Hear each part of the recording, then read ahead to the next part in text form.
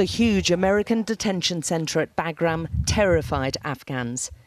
It was known as Afghanistan's Guantanamo Bay, and here American soldiers carried out a hidden war on terror. We're the first Western TV crew inside the infamous prison, known for its brutality and torture. We squeeze through holes where prisoners force their way out through the corrugated walls. How did he get in? They clawed their way to freedom weeks after US soldiers left the base in a hurry and hours after Kabul fell to the Taliban. The cages each housed about 30 prisoners, and inside them were some Taliban fighters arrested by US forces, some viewed as high-ranking terrorists, but also many ordinary Afghans, just deemed suspicious. The reinforced cage ceiling allowed the US soldiers to constantly observe the captives they saw as some of the most dangerous men in the country, held in these crammed conditions indefinitely. But with no charges, no trial and no justice, no one will ever know. Other cells are dark, dank pits with names scrawled on the backs of doors. This one has excrement smeared all over the inside by its most recent occupant. The smell is quite extraordinary, and in each of these cells there's no windows and you can completely block out all light with these two panels. The place has been ransacked, and everywhere is scattered with pictures of the prisoners dressed in their orange jumpsuits, as well as all their personal details. These people look like they've either been tortured. And we found others of people who appear to have died. It's impossible to know whether they met their end in Bagram.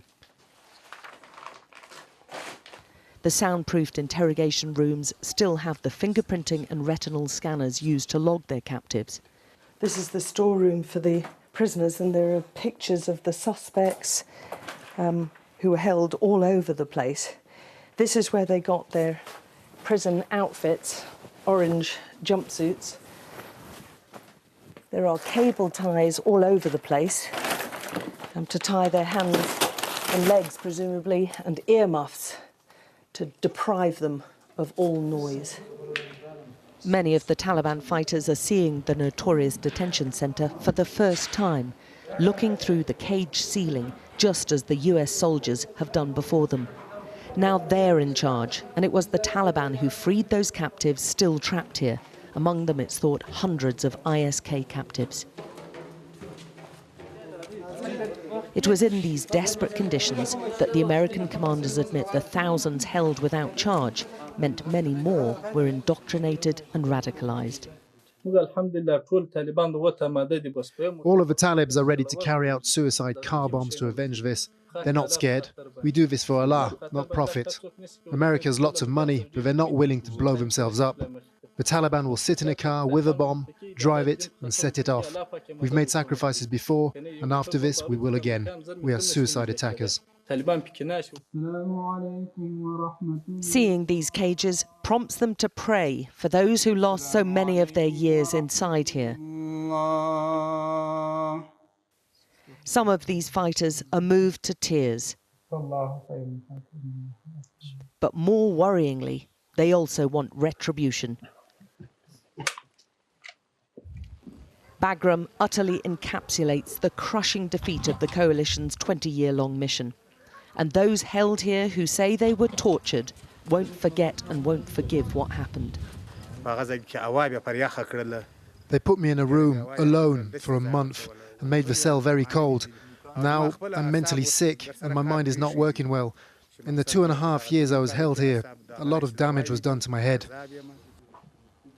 Within weeks, Bagram's been virtually reduced to a scrapyard, despite once being the coalition's main military hub in Afghanistan. And now the Taliban are in control, victorious and bitter.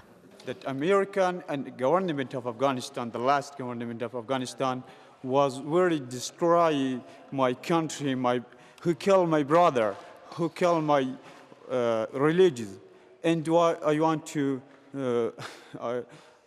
make against the government of Afghanistan and America. Bagram's where many of the coalition attack missions were launched from, but also where Afghans believe shameful acts were committed in the name of the war on terror. It may also turn out to be one of the most successful recruiting centres for anti-Western terrorists. Alex Crawford, Sky News, Bagram.